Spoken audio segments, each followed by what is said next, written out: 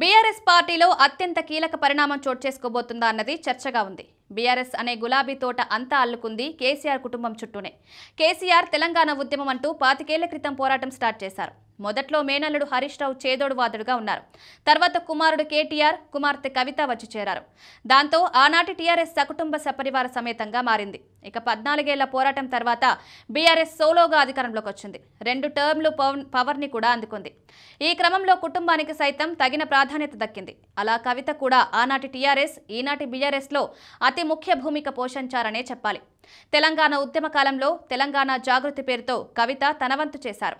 2014లో అధికారంలోకి రాగానే ఆమె కూడా నిజామాబాద్ నుంచి ఎంపీ అయ్యారు. అలా 5 ఏళ్ల పాటు ఆమె పార్లమెంట్లో ఉన్నారు. అయితే కవిత తనకు అందివచ్చిన అవకాశాన్ని ఎంత మేరకు వాడుకున్నారు అన్నదే కీలకమైన పాయింట్గా ఉంది. ఆమె ఎంపీగా ఉన్నప్పుడే ఢిల్లీ లిక్కర్ స్కామ్లో తమ వంతు పాత్ర ఉందని ఆమెను గతేడాది అరెస్ట్ చేశారు. అలా ఆమె తీహార్ జైల్లో ఏకంగా 6 నెలల పాటు ఉన్నారు. ఇది నిజంగా ఆమెకు అత్యంత కష్టతరమైన సమయంగా చెప్తారు. అయితే కవిత తన స్థాయిని, తన సమర్థతను ఎక్కువగా ఊహించుకున్నారా అన్న చర్చ కూడా ఉంది.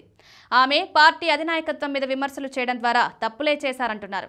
తనకు పార్టీలో కీలక స్థానం దక్కాలని ఆరాటపడ్డారు, కానీ దానికి తగిన విధంగా తనకొచ్చిన అవకాశాలను మలుచుకోలేకపోయారంటారు. అందుకే ఆమె ఒక్కసారి మాత్రమే ఎంపీ అయ్యారు. రెండోసారి ఓటమి పాలయ్యారు. మరి పార్టీ అందించిన ప్రోత్సాహంతో ఆమె మరోసారి ఎంపీ అయి ఉంటే ఆమెకు కూడా పట్టు పెరిగేదంటున్నారు. ఏ రంగంలో అయినా వారసత్వం అన్నది ఒకసారి మాత్రమే ఉపయోగపడే అవకాశంగా చూడాలి. మీదట ఎవరికి వారు తమ సొంత సత్తాకు పదును పెట్టుకుంటేనే అందలాలు దక్కుతాయి. కానీ కవిత మాత్రం వారసత్వం విషయంలో హక్కుగా చూస్తున్నారన్న చర్చ వస్తోంది. అన్న కేటీఆర్ మీద ఆగ్రహంతో ఉంటూ బీఆర్ఎస్ వ్యతిరేక మీడియాకు ఇంటర్వ్యూలు ఇవ్వడం, క్లిష్టకాలంలో పార్టీని ఇబ్బందులు పెట్టడం దాకా వెళ్లారని కూడా అంటున్నారు. దాంతోనే ఆమె పుట్టి పెరిగిన బీఆర్ఎస్లో ఈ రోజు ఆమెకు తగిన మద్దతు దక్కడం లేదంటున్నారు. రాజకీయంగా తప్పుటడుగులు వేస్తే కనుక అవి పాతాళానికి దారి చూపిస్తాయని చరిత్ర అనేక మార్లు నిరూపించిందని కూడా గుర్తు చేస్తున్నారు. కవిత బీఆర్ఎస్కి పునాదిగా ఉండాల్సిన నేపథ్యం నుంచి ప్రత్యర్థులకు ఆయుధంగా మారుతున్నారన్న చర్చ అయితే ఆ పార్టీలో ఉంది. పార్టీ తండ్రిది, అన్న చెల్లికి వెళ్లిపోతుందన్న అక్కసుతో ఆమె చేస్తున్న తప్పులన్నీ కూడా బీఆర్ఎస్కి అతిపెద్ద తలనొప్పిగా మారాయంటున్నారు. ఇక ఆమెను పార్టీ తానుగా సస్పెండ్ చేస్తే తనకు సానుభూతి వస్తుందన్న ఆలోచనతో ఆమె ఉన్నారని అంటున్నారు. కానీ బీఆర్ఎస్ పెద్దలు మాత్రం ఆమె విషయంలో పెద్దగా రెస్పాండ్ కాకుండా చేయాల్సిందంతా ఆమెనే చేసుకోమని వదిలేశారు. దాంతో ఇప్పుడు ఆమె నిర్ణయం ఆమె తీసుకోవాల్సిన అనివార్యత ఏర్పడింది. తనను కీలక పదవిలో నుంచి తొలగించడం మీద ఆమె మండిపోతున్నారు.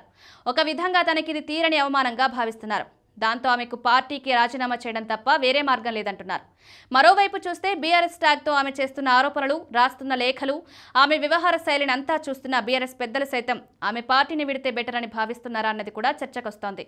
మొత్తం మీద కవిత బీఆర్ఎస్కి గుడ్ బై కొట్టే రోజు ఎంతో దూరంలో లేదంటున్నారు.